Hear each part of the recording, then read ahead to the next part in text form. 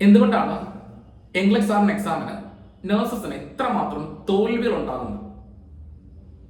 OET-യും അതുപോലെ തന്നെ PT-യും നമ്മുടെ IELTS-ഉം ഒക്കെ പഠിച്ചു വരുന്ന ആൾക്കാർ, അല്ലെങ്കിൽ വളരെ ഈസി ആയിട്ട് ജയിക്കുന്ന നഴ്സസ് തന്നെ എംഗ്ലീഷ് സാറിന് കുറേ പ്രാവശ്യം എഴുതിയിട്ട് കിട്ടാതെ വരുന്ന അവസ്ഥയിലേക്കുണ്ട്. എന്തുകൊണ്ടാണ് ഇങ്ങനെ ഇംഗ്ലീഷ് സാറിന് കിട്ടാതെ വരുന്നത്? പ്രധാനമായിട്ടും പഠിക്കുന്ന രീതി തന്നെയാണ്. എല്ലാവരും സിസ്റ്റം വൈസ് റിവൈസ് ചെയ്യാണ് ചെയ്യുന്നത്. ഇപ്പോഴത്തെ ഇംഗ്ലീഷ് സാറിനെ കുറിച്ച് അറിയാലോ, നെക്സ്റ്റ് ജനറേഷൻ ഇംഗ്ലീഷ് സാറിനാണ്. അപ്പം ഇതിന്റെ ക്വസ്റ്റ്യൻ പാറ്റേൺ എന്ന് പറയുന്നത് കുറച്ച് ഡിഫറെന്റ് ആണ്. സാധാരണ ഇംഗ്ലീഷ് സാറിനെ അപേക്ഷിച്ച് കുറച്ച് ഡിഫറെന്റ് ആണ്. പക്ഷെ പഠിക്കുന്ന എല്ലാവരും എന്താണ് ഈ പറയുന്ന നമ്മുടെ സിസ്റ്റം വൈസ് ആയിരിക്കും പഠിക്കുന്നത്. ആരും ഈ പറയുന്ന ഇംഗ്ലീഷിന്റെ ഒരു ക്വസ്റ്റ്യൻ പാറ്റേൺ അനുസരിച്ച് ആരും പഠിക്കുന്നില്ല. എല്ലാവരും സിസ്റ്റം വൈസ് പഠിക്കുക, ഏതെങ്കിലും ക്വസ്റ്റ്യൻ പേപ്പേഴ്സ് ചെയ്യുക, പോയി എക്സാം എഴുതുക. അതുകൊണ്ടാണ് ഈ കേരളത്തിലെ ഇത്രമാത്രം ഫെയിലർ റേറ്റ് കൂടുന്നത്. ഞാൻ കുറച്ച് പ്രിപ്പറേഷൻ മെത്തേഡ്സ് പറഞ്ഞു തരാം, അല്ലെങ്കിൽ കുറച്ച് ടിപ്സ് പറഞ്ഞു തരാം, എങ്ങനെയാണ് ഇംഗ്ലീഷ് സാറിന് എഴുതേണ്ടത് എന്ന് പറയുന്ന ഒരു കാര്യം. നിങ്ങൾ ഇംഗ്ലീഷ് സാറിന് എഴുതാൻ വേണ്ടി പോകുന്ന ഒരു വ്യക്തിയാണെന്നുണ്ടെങ്കിൽ നിങ്ങൾ ആദ്യം ചെയ്യേണ്ട ഒരു കാര്യം ഇംഗ്ലീഷിന്റെ സിലബസ്, അതായത് ഡൊമൈൻസ് കൃത്യമായിട്ടും വായിച്ചു പഠിക്കുക. അതായത് ഡൊമൈൻസിനകത്ത് ഓരോ ഡൊമൈൻസിനകത്തും എത്ര കണ്ടന്റ് വരുന്നുണ്ട്, എന്തൊക്കെയാണെന്നുള്ള കാര്യം കൃത്യമായിട്ടും വായിച്ചു വെക്കുക.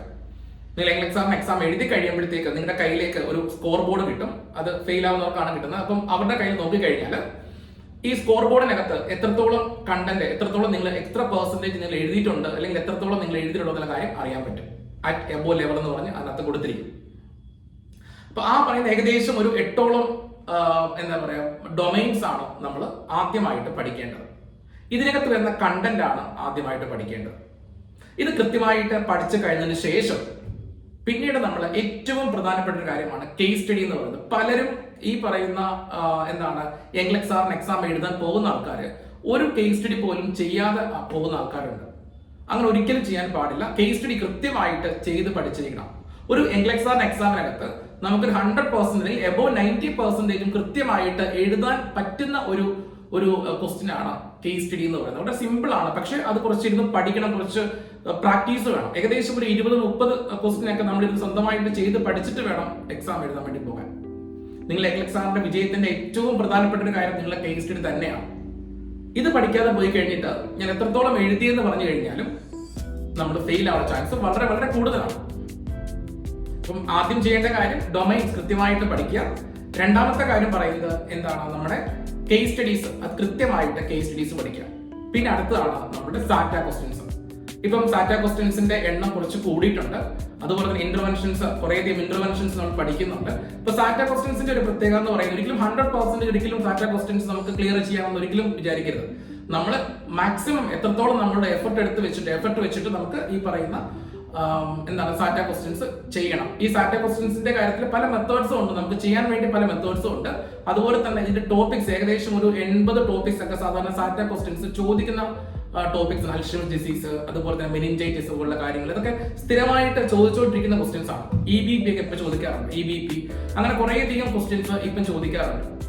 അത് കൃത്യമായിട്ടും അത് പഠിച്ചു വെക്കുക, കുറെ പ്രാക്ടീസ് ചെയ്യുക, കുറേയധികം ക്വസ്റ്റ്യൻസ് പ്രാക്ടീസ് ചെയ്യുക, സ്വന്തമായിട്ട് എഴുതി നോക്കുക, ടിക്ക് ചെയ്ത് നോക്കുക, എത്രത്തോളം ക്വസ്റ്റ്യൻസ് നമുക്ക് ശരിയാവുന്നുണ്ടെന്നുള്ള കാര്യം കൃത്യമായിട്ടും ഒന്ന് എഴുതി നോക്കുക. പ്രത്യേകിച്ചും അത്ര മാത്രമേ ഉള്ളൂ. വലിയൊരു എക്സാം ഒന്നും അല്ല ഇംഗ്ലീഷ് സാറിന് എക്സാം എന്ന് പറയുന്നത്. നിങ്ങൾക്ക് എന്താണ് OET IELTS ഒക്കെ പഠിച്ചു വരുന്ന ആൾക്കാർക്ക് സിമ്പിൾ ആയിട്ട് പാസ്സാവാൻ പറ്റുന്ന ഒരു എക്സാം തന്നെയാണ് നമ്മുടെ ഇംഗ്ലീഷ് സാറിന് എക്സാം എന്ന് പറയുന്നത്. പക്ഷെ പഠിക്കുന്ന എല്ലാവരും അപ്രോച്ച് ചെയ്യുന്ന രീതി വ്യത്യാസമാണ്. എല്ലാവരും സാധാരണ എക്സാം പഠിക്കുന്നത് പോലെ സിസ്റ്റം വൈസ് ആണ് പഠിച്ചിട്ട് പോകുന്നത്. നിങ്ങൾക്ക് ഈ പറയുന്ന ഡൊമൈൻസിന്റെ ആ സിലബസ് കണ്ടാലറിയാം അതിനകത്ത് എന്തൊക്കെയാണ് വരുന്നത് ചോദിക്കുന്നുള്ള കാര്യം. ഇൻഫോംഡ് കൺസെന്റ്, അതുപോലെ റെഫറൻസ്, അതൊക്കെ സ്ഥിരമായിട്ട് വരുന്ന ക്വസ്റ്റ്യൻസ് ആണ്. പക്ഷേ ഈ സിസ്റ്റം വൈസ് പഠിക്കുന്ന ആൾക്കാർക്കൊന്നും അത് ഒരിക്കലും അത് കിട്ടില്ല, അങ്ങോട്ട് കയറി പഠിക്കില്ല. ഓക്കെ, അപ്പം എല്ലാവർക്കും നല്ലൊരു ഇംഗ്ലീഷ് സാർ വിജയം ആശംസിക്കുന്നു.